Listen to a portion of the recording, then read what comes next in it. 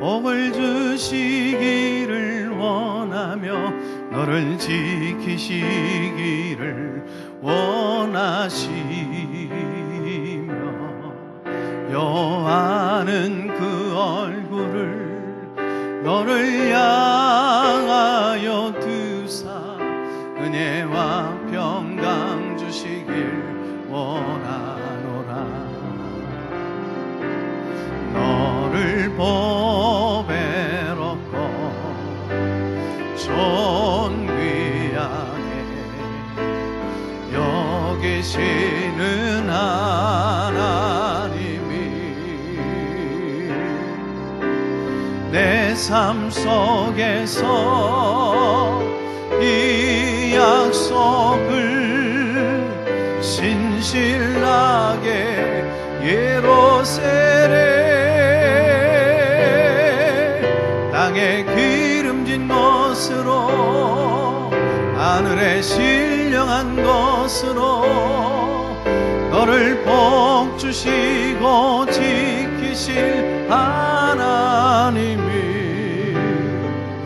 너의 영혼 잘 되도록 은혜 베푸시며 평강으로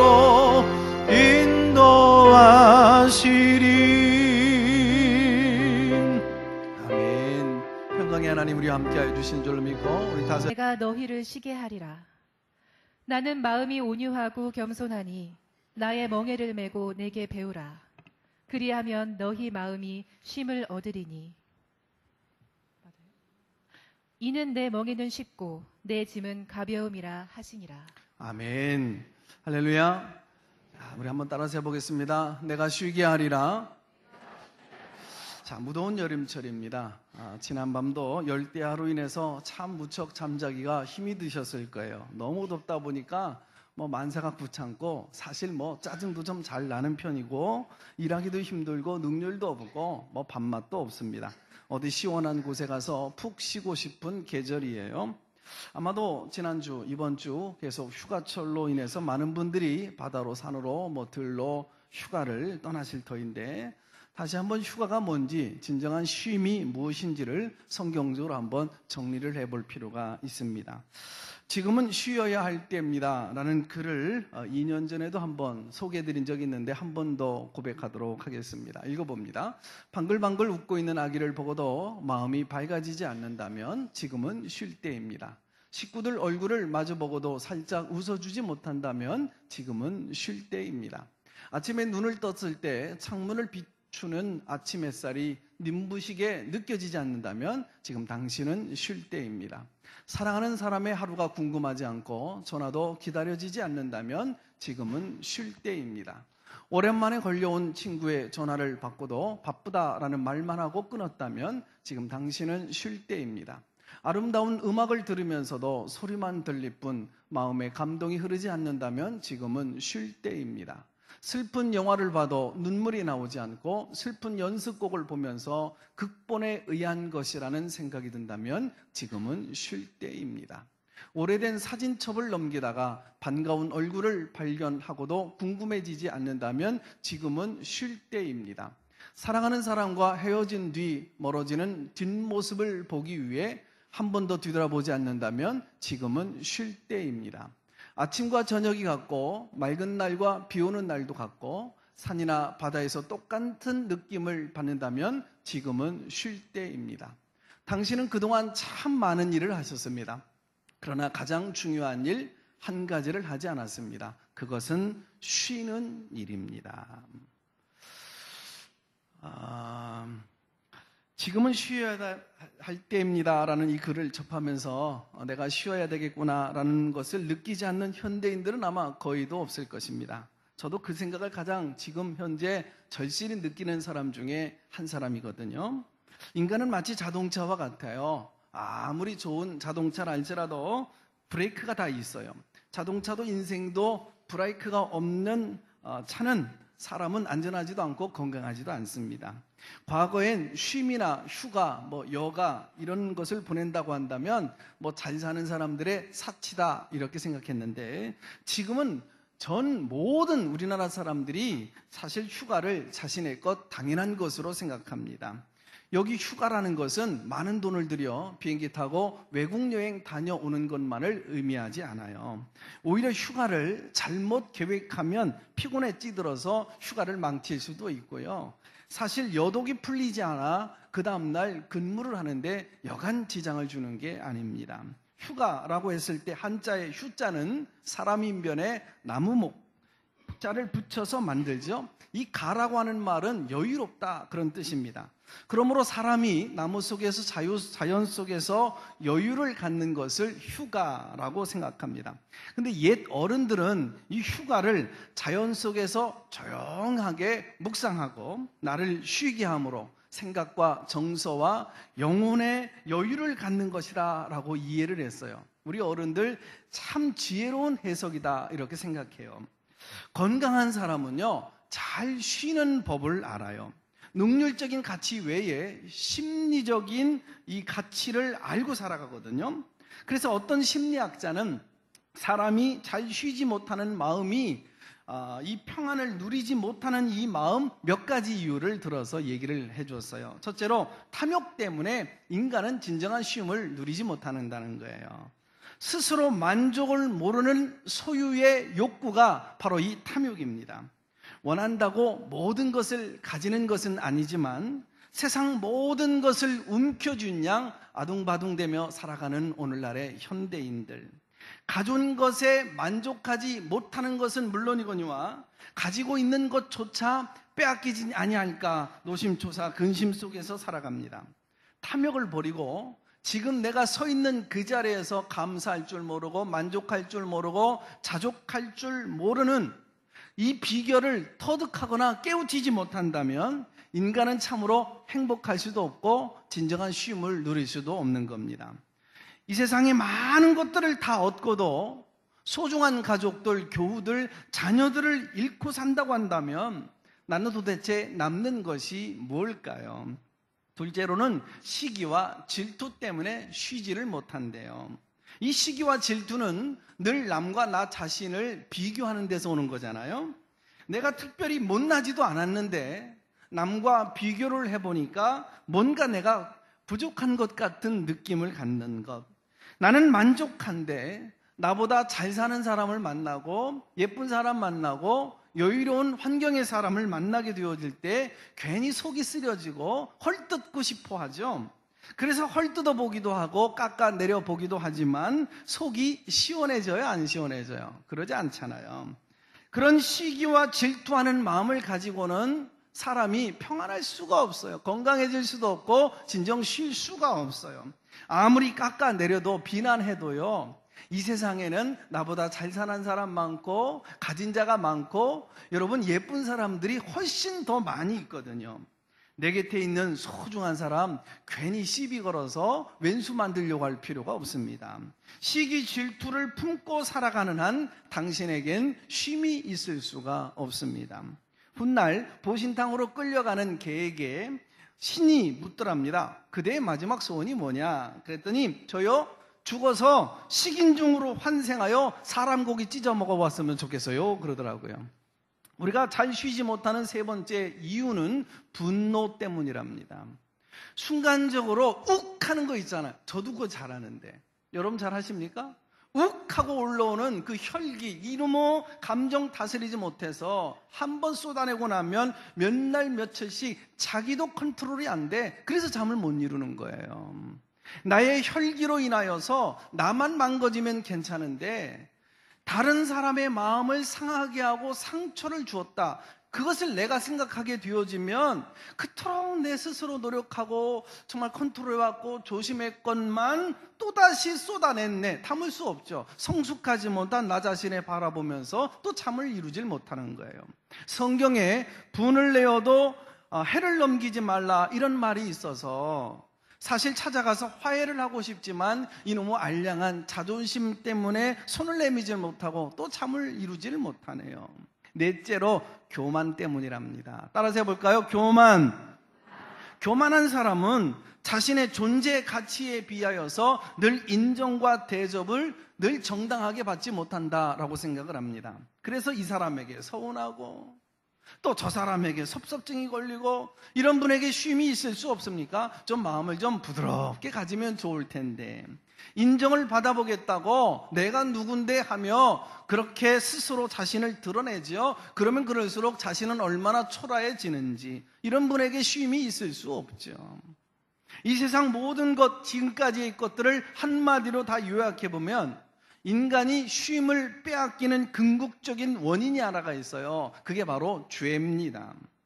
밀턴의 대서사시 신라고는 쉼터를 잃어버린 인간의 고뇌를 잘 그려주고 있거든요.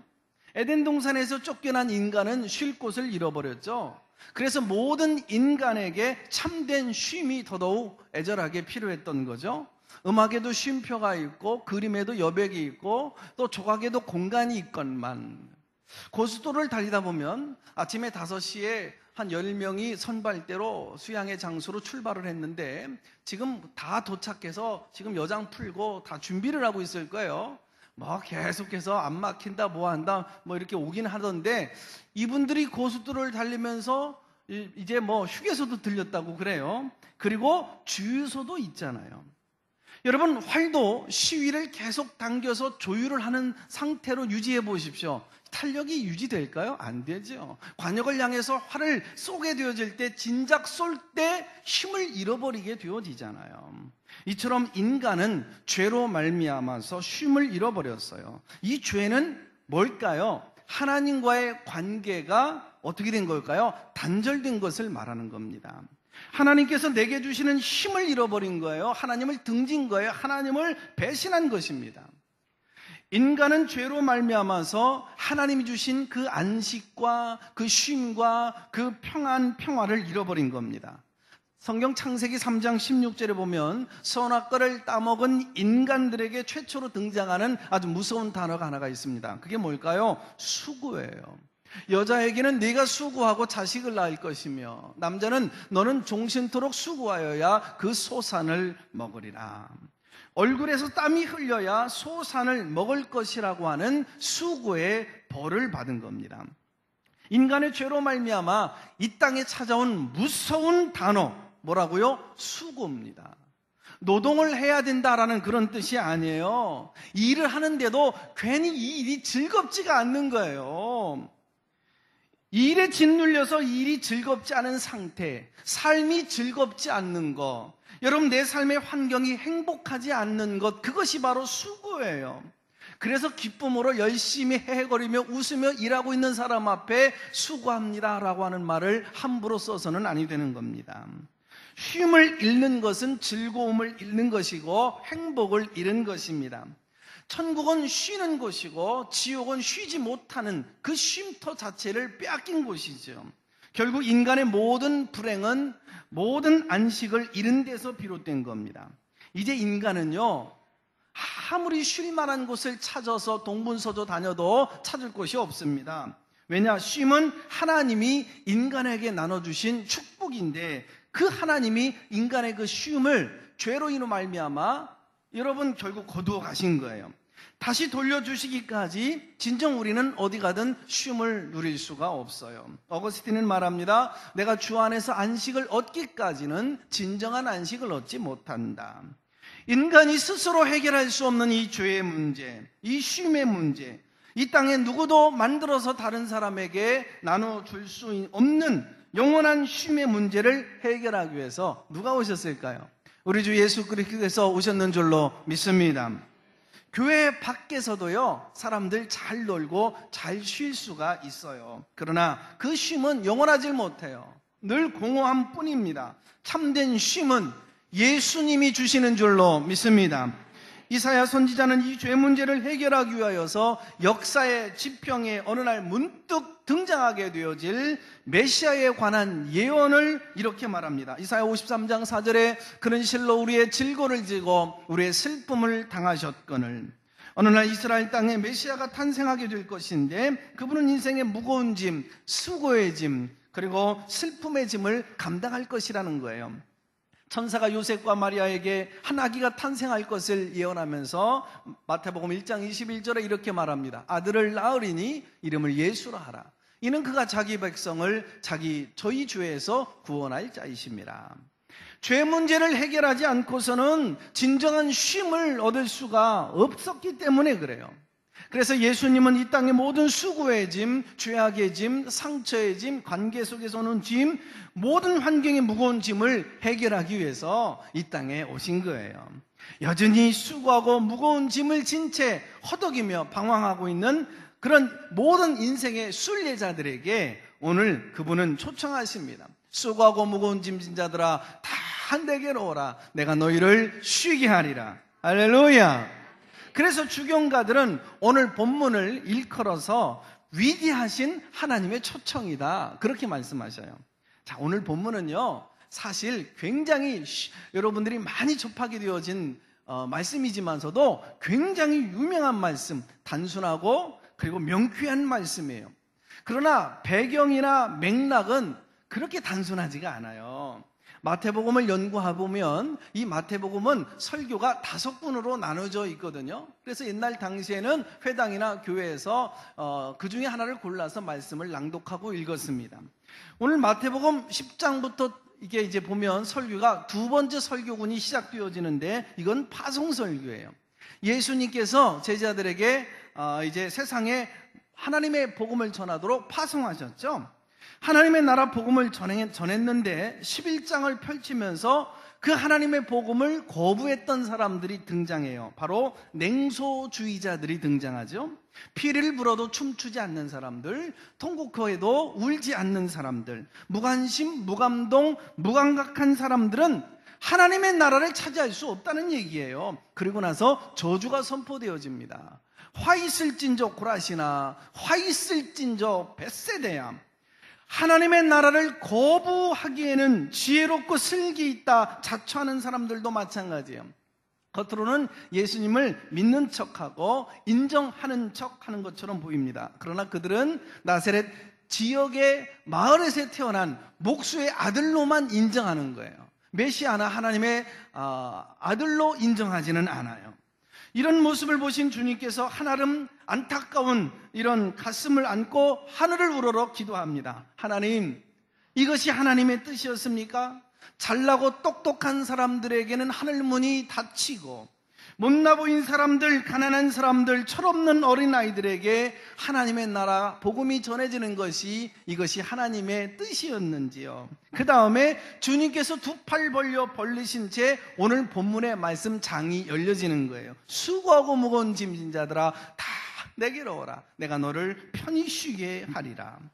독선으로 가득 찬 사람들 말고, 이웃의 고통에 무관심한 사람들 말고, 세상에 짓눌려서 하나님 나라에 관심이 없는 사람들 말고, 똑똑하고 지체가 높아서 도무지 자기 주먹만 믿고 하나님에게는 관심을 기울이지 않는 사람들 말고, 가난해서 무거운 짐을 지고 살아가야 하는 사람들, 가슴에 깊은 상처에 배임의 아픔이 있어도 불구하고 그 누구에게도 위로와 용기를 얻을 수 없는 사람들, 연약하여 여기서 깨어지고 저기서 넘어지고 피 흘리는 사람들, 사회적인 못된 잘못된 구조 때문에 주일에도 제대로 쉬지 못하고 있는 사람들, 수고하고 무거운 짐을 진 자들아 다 내게로 오라. 오늘 주님이 말씀하시는 줄로 믿습니다. 주님 품으로 오라 이거예요. 하나님 품으로 오라 이거예요. 내가 너에게 진정한 쉼을 주리라.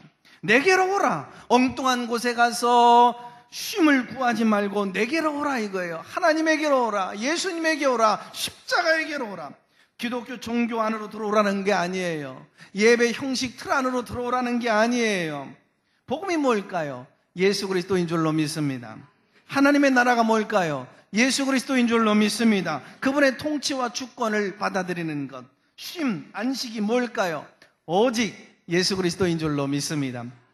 오늘 우리 교회 안으로만 들어오지 마시고 나의 구세주, 메시아, 여러분 나의 영원한 형벌과 저주를 맡아주시는 분, 영생 복락을 해결해 주시는 분 예수 그리스도에게 나오시기를 바랍니다. 거기에 쉼이 있는 거예요. 이어지는 말씀 29절로 30절, 나는 마음이 온유하고 겸손하니 나의 멍에를 메고 내게 배우라. 그리하면 너의 마음이 쉼을 얻으리니 이는 내 멍에는 쉽고 내 짐은 가벼우니라. 할렐루야. 내 멍에를 메라. 유대 땅에서 짐승들이 밭을 갈 때는요, 소가 멍에 하나에 또 소가 2마리, 3마리가 함께 밭을 간다고 그러죠. 그러면 힘센 황소 1마리가 가운데 떡하니 이렇게 버텨서 창 밀고 쭉 가면 그 옆에 새끼 소나 힘이 없는 조그만한 소는 그냥 따라만 가면 된다고 그래요. 인생의 짐이 무거워서, 삶의 환경이 무거워서, 가슴에 상처가 너무 애리고 아파서, 내 영혼의 짐이 너무나도 힘겨워서 혼자 허덕이고 있을 때 예수님 말씀하십니다. 내 앞장서 내 멍에를 맬게. 너는 내 멍에를 메라. 내가 네 인생의 짐을 걸머지면 네가 내 멍에를 걸머지고 평안하게 되어질 것이다. 어떤 주경가의 설명에 의하면 여기서 말씀하시는 이 멍에는 단순한 밭을 갈 때 소에게 매는 멍에만을 의미하지 않는다는 거예요. 전쟁터에서 포로들이 붙잡혀서 이제 묶어두는 결박의 멍에, 이것을 의미한다는 거예요. 안식을 원하십니까?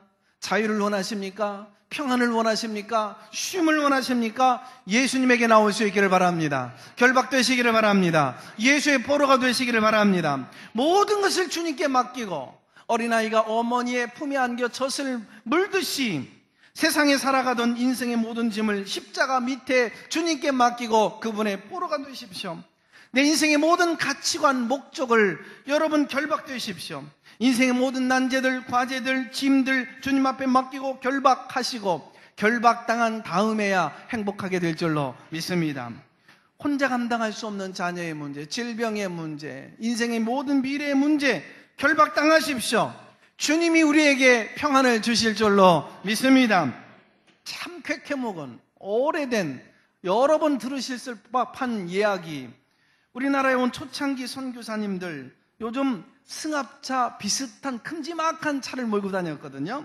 선교사님 한 분이 자동차를 몰고 시골길을 가고 있는데 어느 할머니가 시장을 보고 이제 무거운 보찜을 머리에 이고 언덕길을 이제 뒤뚱뒤뚱 하면서 내려가셔서 굉장히 위험천만하게 보이길래 선교사님 한 분이 그 옆에 차를 세우고 할머니 이 차에 타세요 했더니 할머니가 뒷자리에 올라 탔어요. 근데 쭉 가서 보니까 루밀러로 보니까 이 할머니가 여전히 그 짐을 내리지 않고 머리에 이고 가거든요. 뒤뚱거리면서. 그래서 할머니 짐 내려놓으세요. 그랬더니 할머니 하시는 말씀, 아이고 선교사 양반 내 몸뚱아리 탄 것만도 고마운데 어찌 내 짐까지 내릴 수 있수?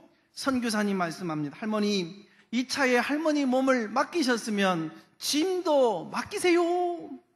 우리는 하나님 앞에 내 인생의 모든 짐을 맡겼는 줄로 믿습니다. 내 영혼의 문제를 맡기고 살아가는 하나님의 가족들, 사람들 될 수 있기를 바랍니다. 내 몸을 하나님께 맡겼으면 내 영혼의 짐도 여러분 맡기십시오. 내 인생의 짐도 맡기십시오. 그러면 가난의 짐이 풀려질 줄로 믿습니다. 고난의 짐도 풀려질 줄로 믿습니다. 질병의 짐도 가벼워질 줄로 믿습니다. 죄의 짐이 풀려질 줄로 믿습니다. 주께서 우리에게 평안을 주셔요. 하나님 우리에게 쉼을 주기 위해서 천지를 창조하셨어요. 이 쉼을 주기 위해서 독생자가 예수님이 이 땅에 내려오신 거거든요. 천지 창조의 클라이맥스는 바로 쉼이에요. 우리에게 쉼과 안식의 축복이죠. 자, 세상 사람들은요 살아가다가 열심히 일해서 피곤해서 쉰다고 그래요. 맞습니까? 성경적 사고방식이 아니에요. 하나님께서 첫째 날, 둘째 날, 다섯째 날, 여섯째 날까지 천지 우주 만물을 창조하셨어요. 창조의 절정의 순간에 뭘 만들었을까요? 인간을. 인간이 만들어진 날은 여섯째 날, 해가 질 저녁 무렵입니다. 하와를 만들었어요. 아담과 하와가 첫날 밤을 보내고 인생의 첫걸음 창문을 촥 열어 제꼈을 때가 몇째 날이었을까요? 일곱째 날, 주일 안식일이었어요.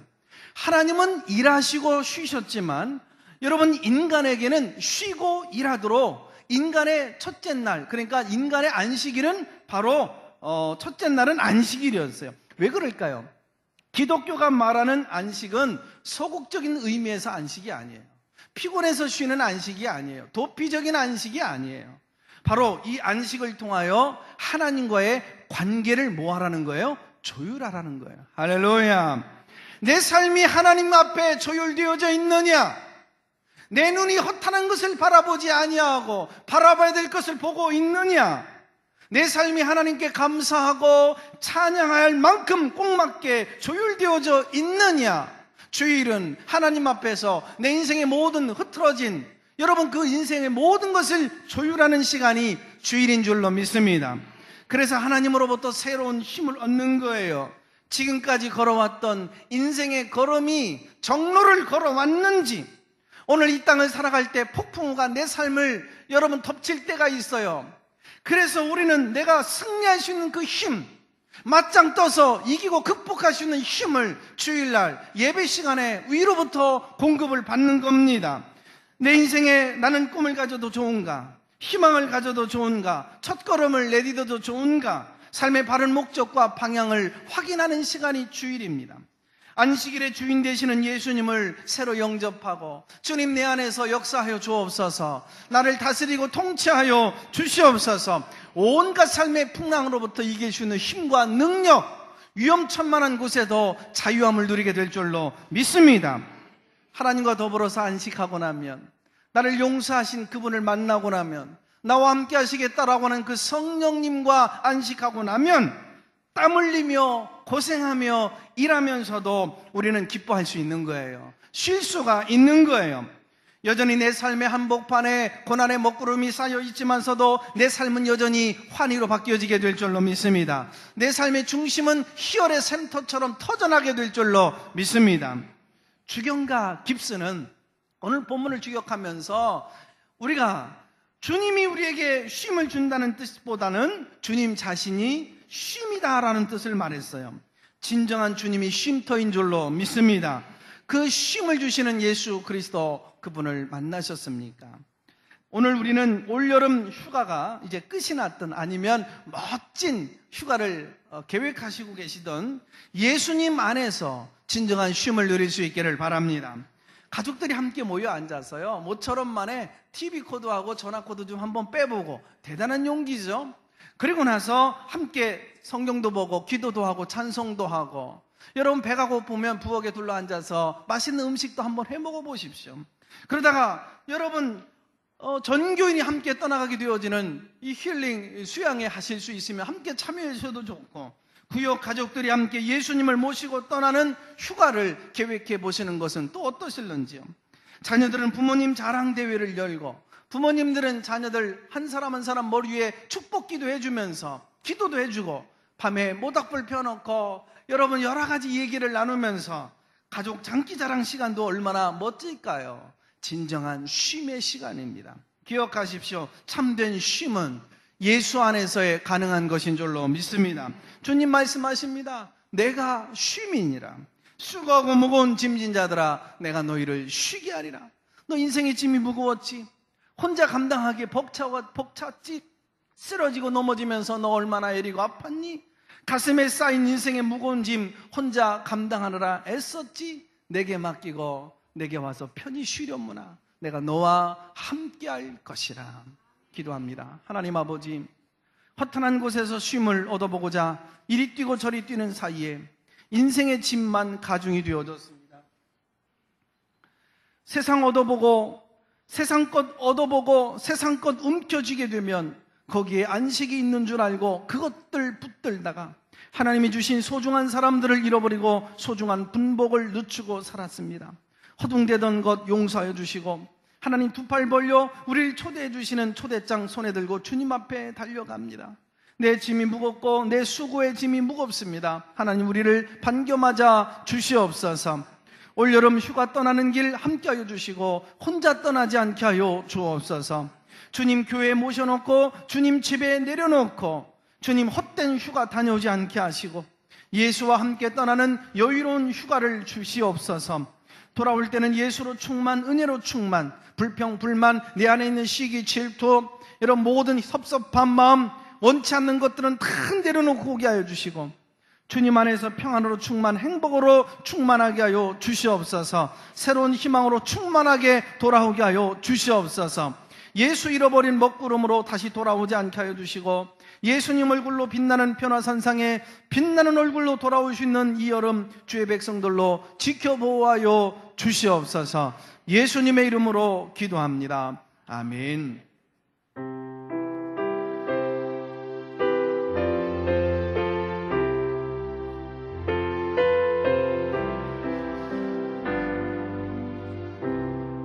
주 날개 밑 내가 편안히 쉬네. 밤긴 법 비바람 불어쳐도 아버지께서 날 지켜주시니 거기서 평안히 쉬리로다. 주 날개 밑 평안하다. 그 사랑 그늘 잠이뇨.